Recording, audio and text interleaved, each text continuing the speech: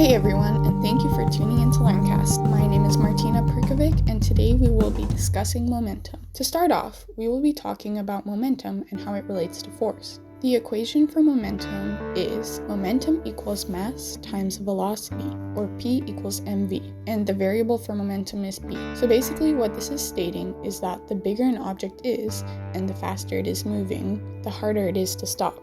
Additionally, the units for momentum are kilogram meters per second. In the last unit, we went over force, and force was defined as a push or a pull. In this unit, we now have a much more clear definition of force. Force is equal to the change of momentum over a certain time. Previously, Newton's second law was defined as force equals mass times acceleration, but now it is defined as force equals change in momentum divided by change in time. We now know this because of our new definition of force. The second topic we are covering is collisions and changing momentum. A collision is the transfer of momentum. Some examples of this are firing a gun, hitting a ball with a bat, two toy cars running into each other, and a pile driver sinking vertical cylinders into the ground. The principle of conservation of linear momentum states that momentum is always constant if no external forces act upon it. An elastic collision is when two objects are the same mass. One starts at rest and there is no energy lost. mu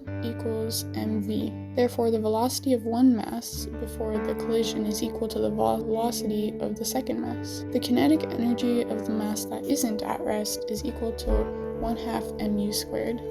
The second collision is one where the masses are different and no energy is lost. This one is more complicated, as you cannot eliminate the mass terms as easily. What we know is that the kinetic energy of the before and after are set equal to each other. The equation for this would be 1/2 mu squared plus 1/2 mu squared equals 1/2 mv squared plus 1/2 mv squared.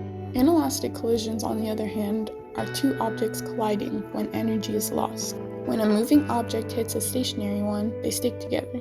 m1u2 equals m1 plus m2 v1. This equation shows that the ratio of initial kinetic energy to final kinetic energy is mass of object 1 plus mass of object 2 over the mass of object 1. Two objects when energy is gained. This is rare, but for example, two magnets are attached to carts and they repel without touching after starting from rest. m1v1 plus m2v2 would equal 0. Therefore, m1v1 would be equal to negative m2v2. If the masses are equal, one velocity is negative since they move in opposite directions. Thank you for listening to this podcast about momentum. Thank you for joining me for our review of momentum. Be sure to follow us on Spotify, subscribe to our YouTube channel, and check our website to stay up to date with the latest releases. Until next time, listen, learn, repeat.